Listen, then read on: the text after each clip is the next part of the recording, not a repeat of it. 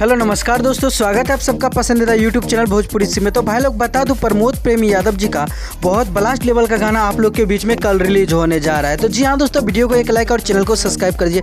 चलिए वीडियो को शुरू करते हैं और जानते हैं गाने के बारे में। तो भाई लोग बता दूं, गाना है नजरी पे नाचा तारो। जी हाँ दोस्तों, इस गाने को गाए आप लोग का चहेता सुपरस्टार प्रमोद प्रेमी यादव जी और उनका साथ दिए हैं फीमेल सिंगर सृष्टि भारती जी ने। दोस्तों बात करते हैं गीत का, तो गीत लिखे हैं सोनू सुधाकर जी ने और म्यूजिक से सजाया है आर्या शर्मा जी ने। दोस्तों इस गाने को रिलीज किया जा रहा है आप लोग के बीच में कल सुबह में 6:30 में SRK म्यूजिक यूट्यूब चैनल के माध्यम से। तो भाई लोग बता दूं, कल आप लोग के वीडियो में बताए थे कि सोनू सुधाकर जी आप प्रमोद प्रेमी यादव जी का जो गाना है बराबर आप लोग के लिए लाएंगे।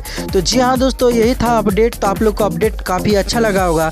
इसी तरह का वीडियो पाने के लिए चैनल को सब्सक्राइब कर लीजिए, क्योंकि प्रमोद प्रेमी यादव जी से रिलेटेड वीडियो हमारे YouTube चैनल पे आते रहता है। तो बता दूं आप लोग को दोस्तों, प्रमोद प्रेमी यादव जी का एक से एक गाना अब आप लोग को सुनने को मिलेगा। वैसे तो प्रमोद प्रेमी यादव जी का चैता सॉन्ग आ चुका है बहुत सारा, और आप लोग के बीच में आने वाला है एक से एक चैता सॉन्ग। जी हाँ दोस्तों, सही सुन रहे हैं आप लोग, क्योंकि प्रमोद प्रेमी यादव और खेसारी लाल यादव जी का गाना आप लोग काफ़ी ज़्यादा रिस्पॉन्स देते हैं हमारी YouTube चैनल पर। तो आप लोग के लिए एक से एक अपडेट लाएगा भोजपुरी चिप। तो भाई लोग आज का वीडियो में बस इतना ही। कुछ कहना चाहते तो कमेंट करके जरूर बताइएगा। मिलते हैं कोई नई अपडेट के साथ, तब तक के लिए bye bye, take care, love you all. देखते रहिएगा भोजपुरी चिप। धन्यवाद दोस्तों।